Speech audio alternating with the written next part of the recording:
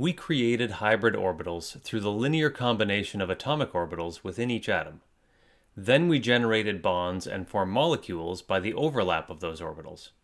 We also showed this schematically by completing oxygen's octet with the electrons donated by the hydrogen atoms.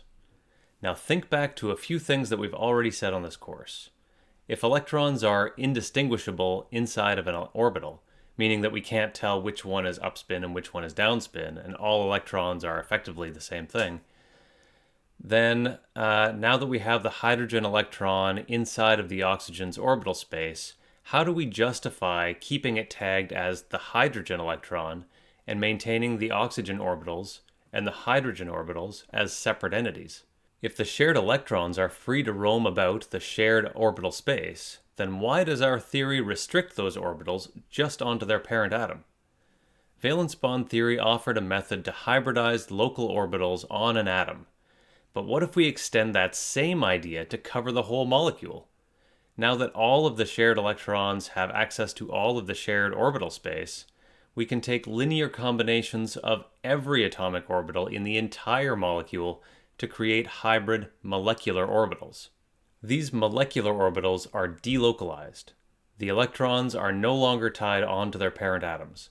Now that doesn't mean they can just go anywhere, just that we acknowledge that they interact with all of the atoms in a molecule, not just the one that brought them into the molecule. In the same way that we build our Lewis structures by counting all of the valence electrons and then distributing them all around the molecule to produce a structure with the lowest energy, physical electrons are also free to flow around the entire molecule until they settle into the lowest energy for the potential energy landscape created by the position of the atoms. Let's use this way of thinking to rebuild our oxygen gas molecule. When we make linear combinations of orbitals in two different atoms, the math tells us that the orbitals add together like waves. Either they're in phase and join constructively to create a bond, or they're out of phase and they join destructively to create a node, or kind of like an antibond. Don't worry about the details for now, but do remember that atomic orbitals interact with orbitals of other atoms at around the same energy levels to create an equal number of new bonding and antibonding orbitals.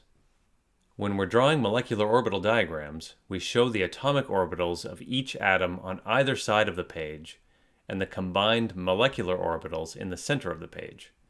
Dashed lines indicate which orbitals are contributing to the new molecular orbitals.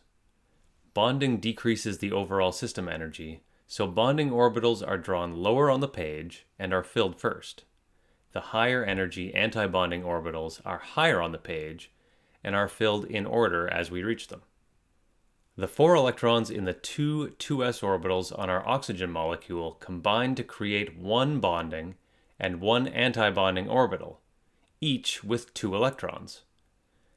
To decide whether or not this makes a bond, we subtract the antibonding electrons from the bonding electrons.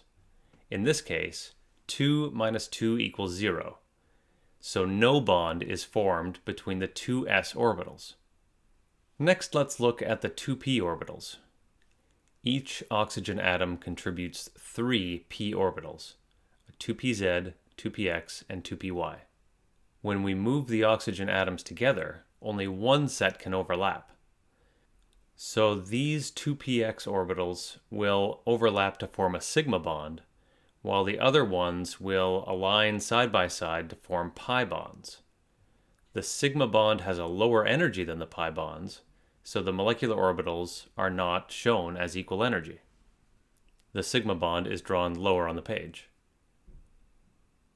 But that's still only the first 3. We start with 6 2p atomic orbitals between the 2 oxygen atoms, so we need to create 6 molecular orbitals. The other 3 are antibonding orbitals, which are all at higher energies and in the reverse order of the bonding orbitals. And now that we've built up all of our molecular orbitals, we can fill in the electrons donated by each of the 2 oxygen atoms, starting at the lowest energy and working our way up to the highest. Now to check the bond order to see that we've still created a double bonded oxygen molecule, we subtract the anti-bonding electrons from the bonding electrons to get 8 minus 4 equals 4. And with 2 electrons in each bonding orbital, that gives us a bond order of 2, or a double bonded molecule. And, as an added bonus, we now have 2 unpaired electrons in the pi anti-bonding orbitals, making the molecule paramagnetic and in agreement with experiment.